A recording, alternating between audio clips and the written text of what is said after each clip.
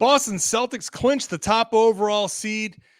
Kristaps Porzingis was amazing, and this is exactly what Joe Mazzulla has been talking about when it comes to stopping runs and figuring things out. I'll explain right now on the Locked On Celtics podcast. Thanks to Blockbuster Brand, it's holiday season. Drop Drew in the mix, and 3 from KP. No, we not on the Knicks. Flushing competition like Al on Giannis. Juice and Big Deuce, still Beantown's finest. Banner 18 going up in the rafters. Watch the C's game in Locked On after. Karalis on the breakdown. Clutch like a tip from D. White on the breakdown. John on the mic documenting domination. Matter pen a back bay, it's all C's nation. Rain and J's, how it started, raising banners, how we finish. Locked On Celtics pod, home of the winners. Peace.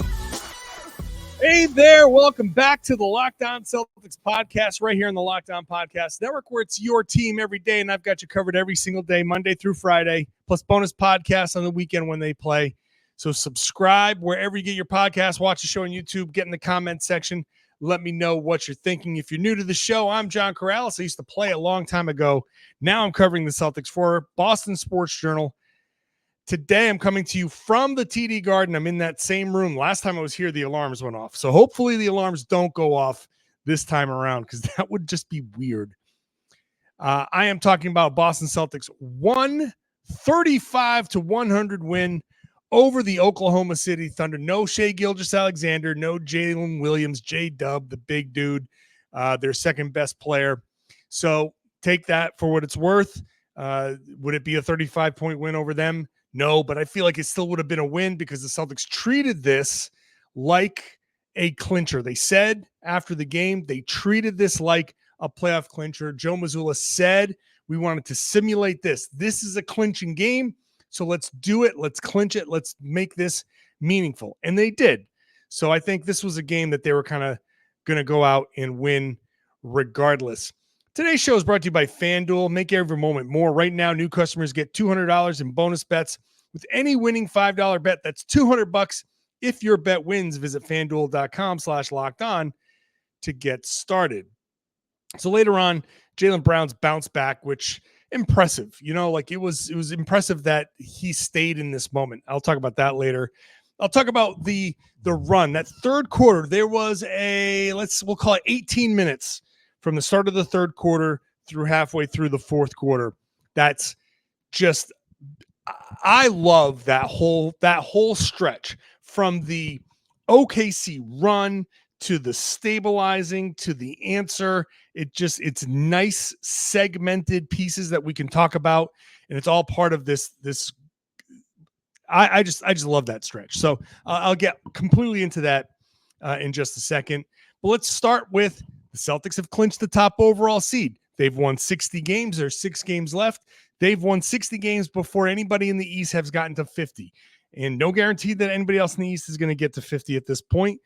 They have won the 60 games before they've lost 20. They may not lose 20 games. So there are, like I said, 6 games left.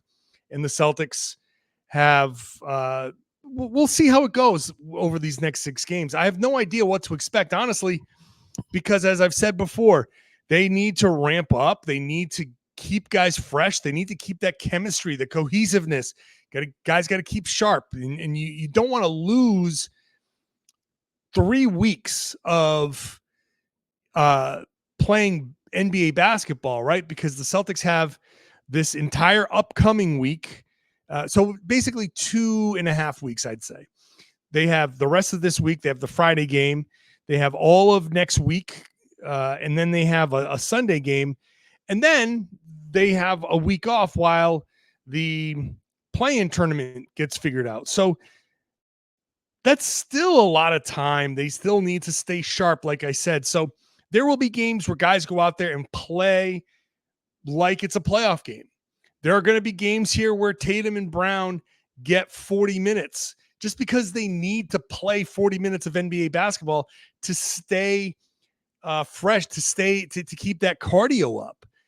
So it's going to be interesting navigating the next 6 games. And that's going to be basically the storyline. How do you navigate these next 6 games? Get the guys the playing time that they need, get other guys on the bench some time, get Xavier Tillman This is a critical time for Xavier Tillman, right? Figure some things out, because he still has a potential to be a big contributor in the playoffs, because he's switchable, because he's versatile. They're going to need, potentially, they're going to need him to step up. So there's a lot of time to discuss all of that stuff. So they've locked up the top overall seed. No one's catching them at this point. However the West shakes out, the Celtics are going to have that home court advantage, which could be big in a series against the Denver Nuggets. The whole altitude thing is maybe a bit overblown. I've talked about that on a mailbag podcast. I don't think it's something that hangs over an entire series, but it's still one hell of a home court advantage for the Denver Nuggets, and you just don't want to have to deal with that. Now the Celtics, all they have to do is win every home game, which they've almost done all season long. They've only lost 3 times in Boston. So all you got to do is win every home game and you win yourself a championship. It's as simple as that. You don't want it to go like that. You want to win games in the road. You want to close out a first round series in 4 or 5, 6 max, but 4 or 5. So you have to win on the road to do that and all of that. But you still have put yourself in this position where, worst case scenario, outside of actually losing, but the worst case scenario, the path to winning a championship simply involves win all your home games, and now you will win a championship. So what more can you ask for? This is what you work for. And the Celtics set out to win this, to clinch this game in this. I thought it was really smart of Mazzulla to tell the team to say, hey, look, we're here. This is the opportunity. Let's take this opportunity. They want to simulate a closeout win. Let's go out there and simulate that. This means something. So let's treat it as such.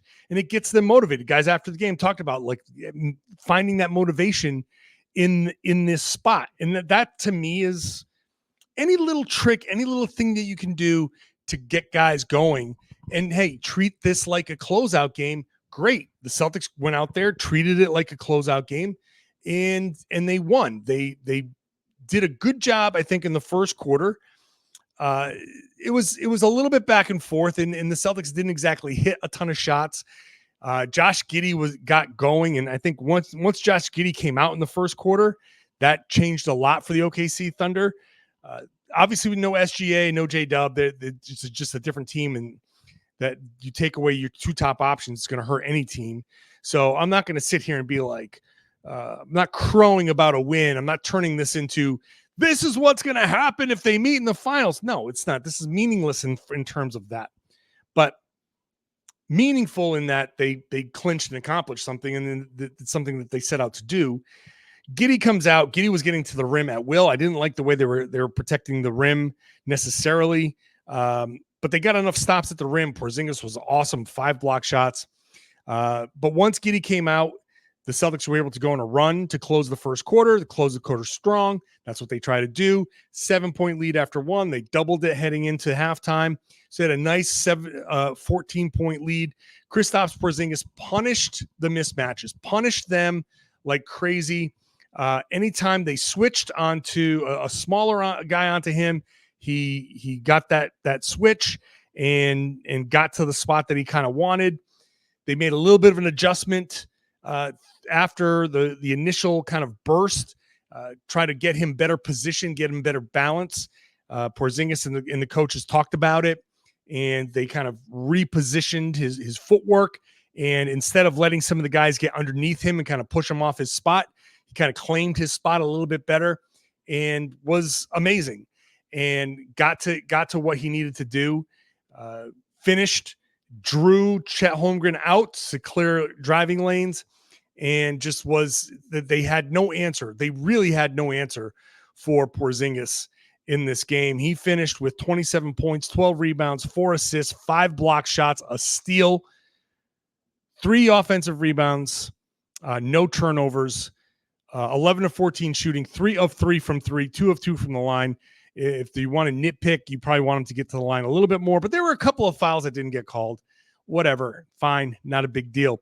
Porzingis sets the tone. Porzingis was this is the what you want from Porzingis. They went to a zone. Porzingis got to the middle of it, kind of posted up at the free throw line, busted that. They didn't really go to they couldn't go to the zone after that.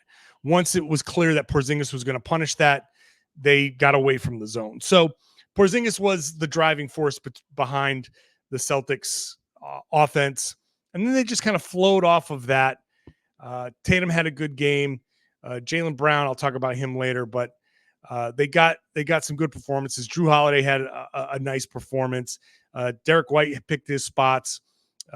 So good performances off the bench. Al Horford, I'll talk about him in a minute because he was critical in that third quarter. Peyton Pritchard, I'll talk about him because he was critical in that third quarter as well. But he kind of throughout the game. So just a nice take advantage of a shorthanded team and take advantage of those mismatches. That's exactly what the Celtics were supposed to do. They came out and they did it. Let's get into that third quarter because that third quarter was the make or break here. The Thunder make their run because they're still a good team. They still have good players. The Celtics did exactly what they needed to do. This is the ultimate, to me, blueprint of how you're supposed to approach when a team makes a run. I'll talk about that in just a second. Today's show is brought to you by Amazon Fire TV. Go get yourself an Amazon Fire TV, which is your destination for sports, live games, highlights, in-depth analysis. It's all there. It offers amazing viewing experiences with the smart TV. So if you're looking for a new one, go grab one. If you like the TV that you have, you can still get the Fire Stick that you can plug into your TV and get millions of movies and TV episodes, live TV, free TV. So whether it's opening weekend here or the opening week for baseball, the NCAA tournament, you want to have yourself a Fire TV.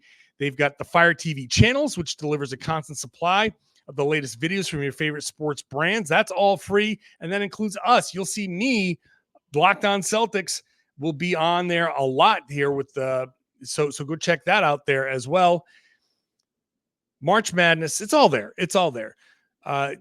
You also get news, entertainment, gaming, travel, cooking videos. It's all on the Amazon Fire TV, the Fire TV channels, and the Alexa devices. So if you haven't checked out Fire TV channels, you should. Trust me on this. Learn more at amazon.com/lockedonfiretv. That's amazon.com/lockedonfiretv.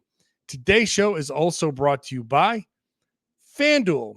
FanDuel is America's #1 sports book for a reason, because they are giving you $200 in bonus bets with any winning $5 bet. So that's for you new customers. We know the sports calendar is loaded, and FanDuel is making it so much more exciting to get into the action. You take that $200, you new customers, with any winning $5 bet and use it to bet the tourney, MLB, NBA, NHL, and more. FanDuel.com/lockedon. That's where you go. FanDuel.com/lockedon. Make your first bet and win big. America's #1 sports book. That's FanDuel.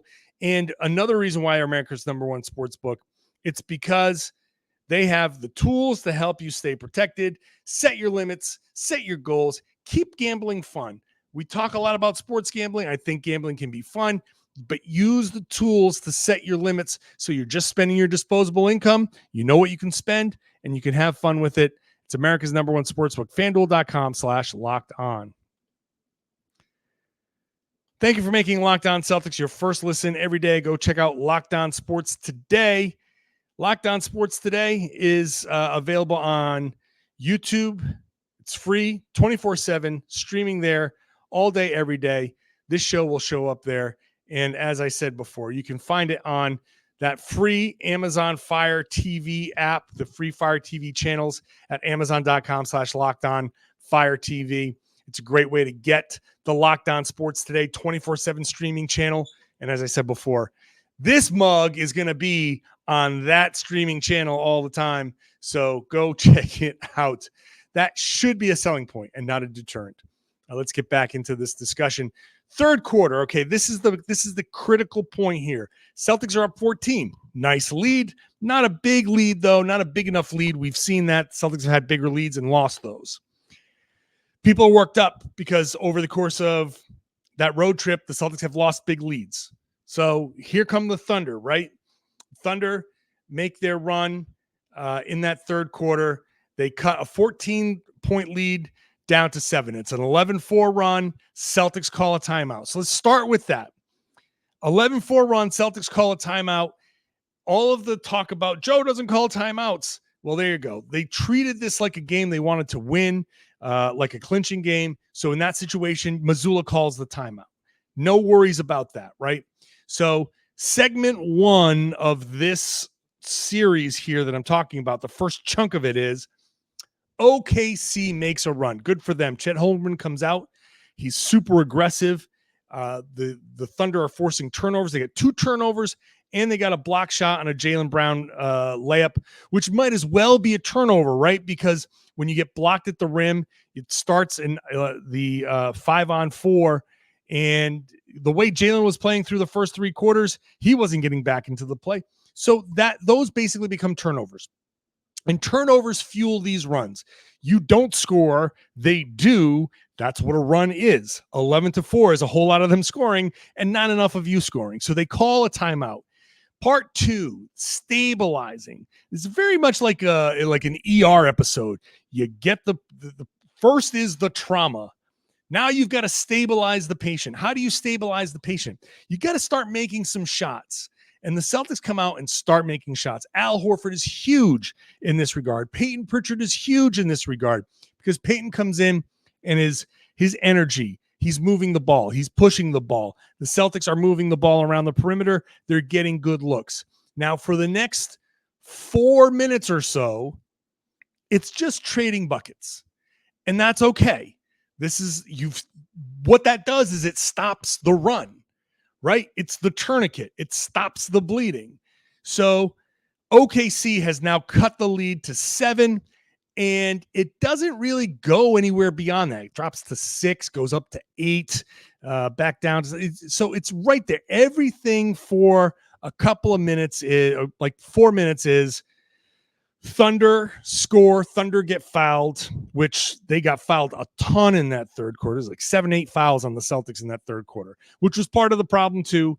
And they got away from that in the fourth quarter. But whatever it was, however the Thunder were scoring, they scored a lot. They scored 36 points in the third quarter. Not the best quarter at all defensively.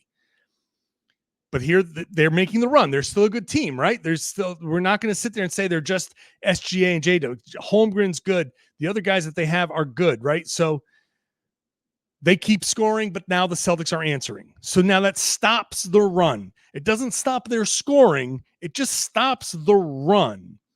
And this is where the Celtics have had the problems all along. They keep doing the things. They go cold. They stop hitting shots. They stop getting to the rim. They stop getting to the free throw line. Those are all things the Celtics have to keep on doing. So that's part 2.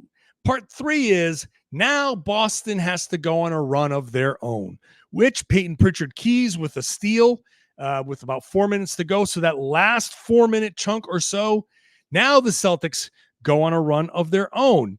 And now it's up to the Oklahoma City Thunder to start answering, and now they're on their heels. Pritchard gets the steal for the first time the entire quarter. It's now we're at the somewhere in the 3-minute mark or so, between 3 and 4 minutes. The Celtics have actually had now consecutive possessions where they've scored 2 Tatum free throws and a Sam Hauser 3-pointer, 5 points in a row. They hadn't scored on consecutive possessions the entire quarter. All of a sudden now, boom, 12-4 run. And the lead is back up to 13. The lead was 14 at the half. Now it's back up to 13. So now you're back to almost where you started. A little bit more back and forth to close the quarter. The lead settles at 10, but the damage has been mitigated at that point. You have thrown a little bit of an answer, and to go into the fourth quarter up 10 rather than up 2 or down anything is huge. This is the blueprint for how you stop and answer a run. Celtics did what they had to do. Joe Mazzulla comes in, calls the timeout. They stabilize. Al Horford hits big shots. Pritchard's running the offense. They go on a run, and now we head into the fourth quarter. And it's Jaylen Brown time. And I tell you, I ate my words. because what I said to my colleagues on Press Row, I knew as soon as I said it, I'm like, oh, watch me regret this. And I did. I'll talk about that in just a second. Today's show is brought to you by Robinhood. Did you know that even if you have a 401k for retirement, you can still have an IRA? Robinhood has the only IRA that gives you a 3% boost on every dollar you contribute when you subscribe to Robinhood Gold. Make sure you subscribe to Robinhood Gold, but get this. Now through April 30th, Robinhood is even boosting every single dollar you transfer in from other retirement accounts with a 3% match. That's right. No cap on the 3% match. Robinhood Gold gets you the most for your retirement thanks to their IRA with a 3% match. This offer is good through April 30th.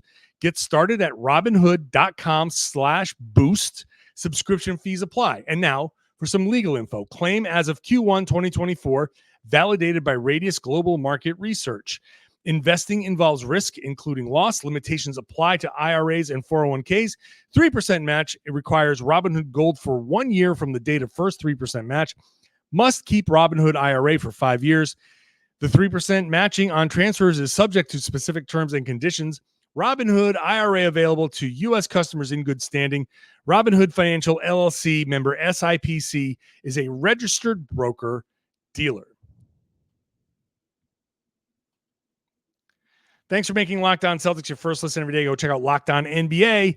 I host on Wednesdays with Jake Madison. Hope you enjoyed that Wednesday show. If you didn't, go watch it. But it's the entire league covered all week long, so go check it out wherever you get your podcasts and watch it on YouTube. It's a good show. Jaylen Brown in the third quarter. Jaylen Brown through the first 3 quarters was just awful. Awful. And he said it. He said he had a crap game. And he said it in a much more specific and more, I'll say, vulgar way. I don't think it's that big of a deal to say it, but I can't say it on this show.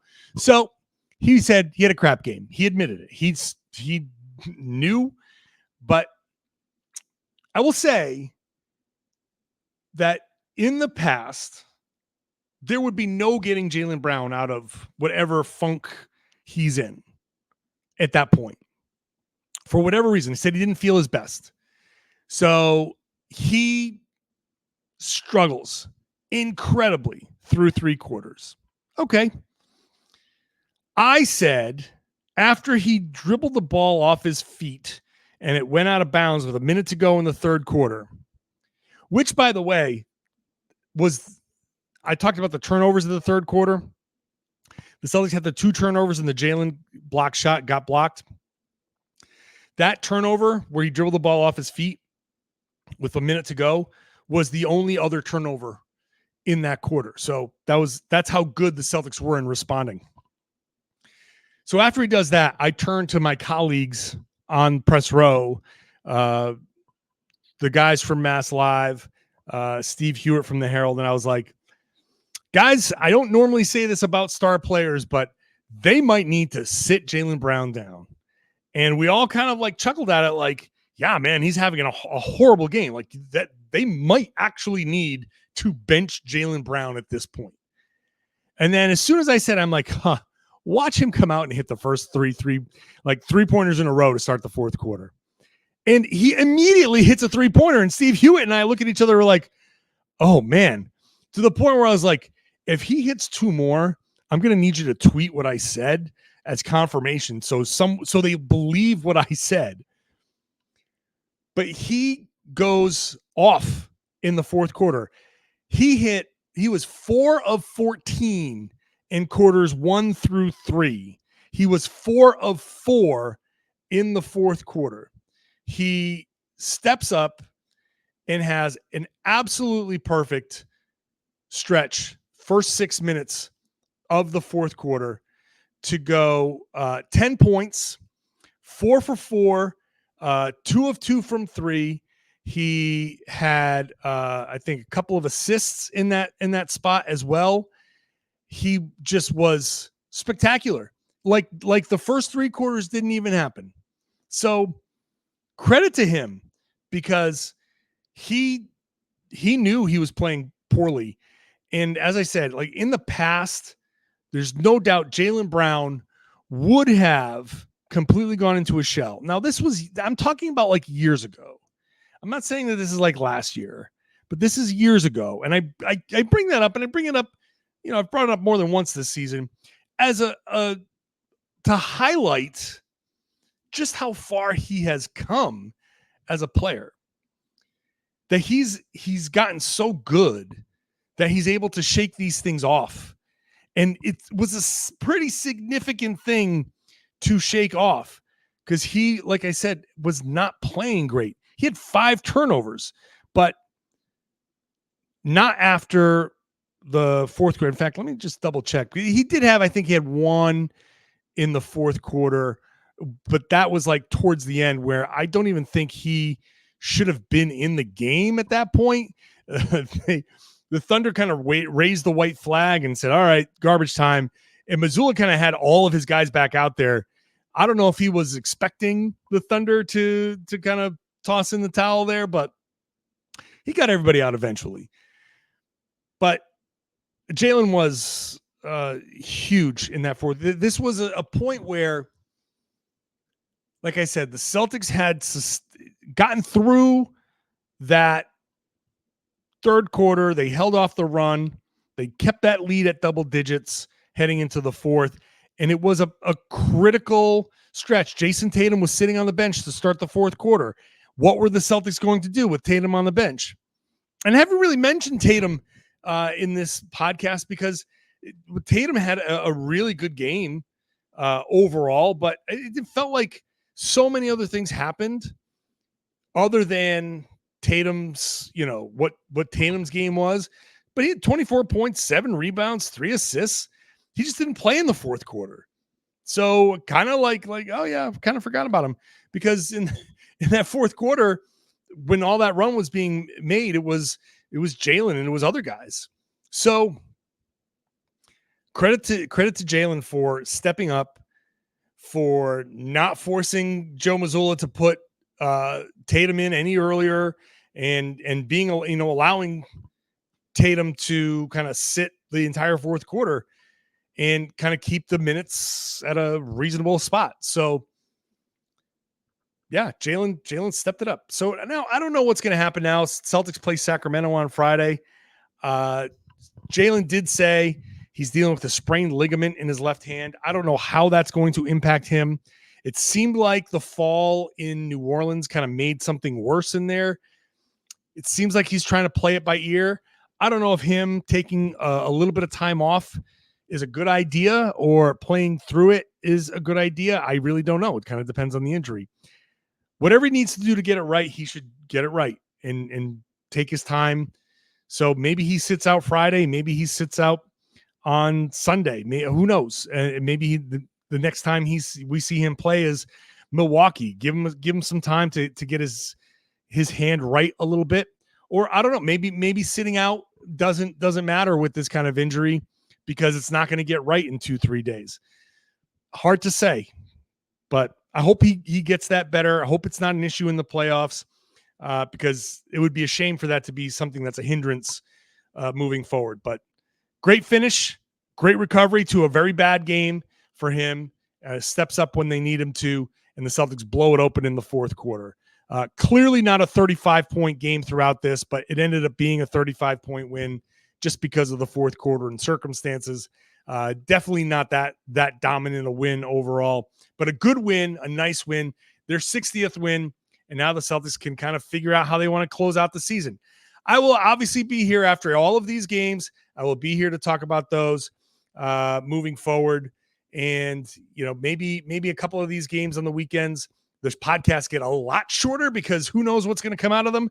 But playoffs are around the corner. It's all about the playoffs. So make sure you're subscribed so you're with me throughout it all because I will be here throughout it all. And make sure those of you who are with me every day are sharing the podcast. Spread the word. Tell everybody they should be listening to and watching the Locked On Celtics podcast here in the Locked On Podcast Network. It's your team every day.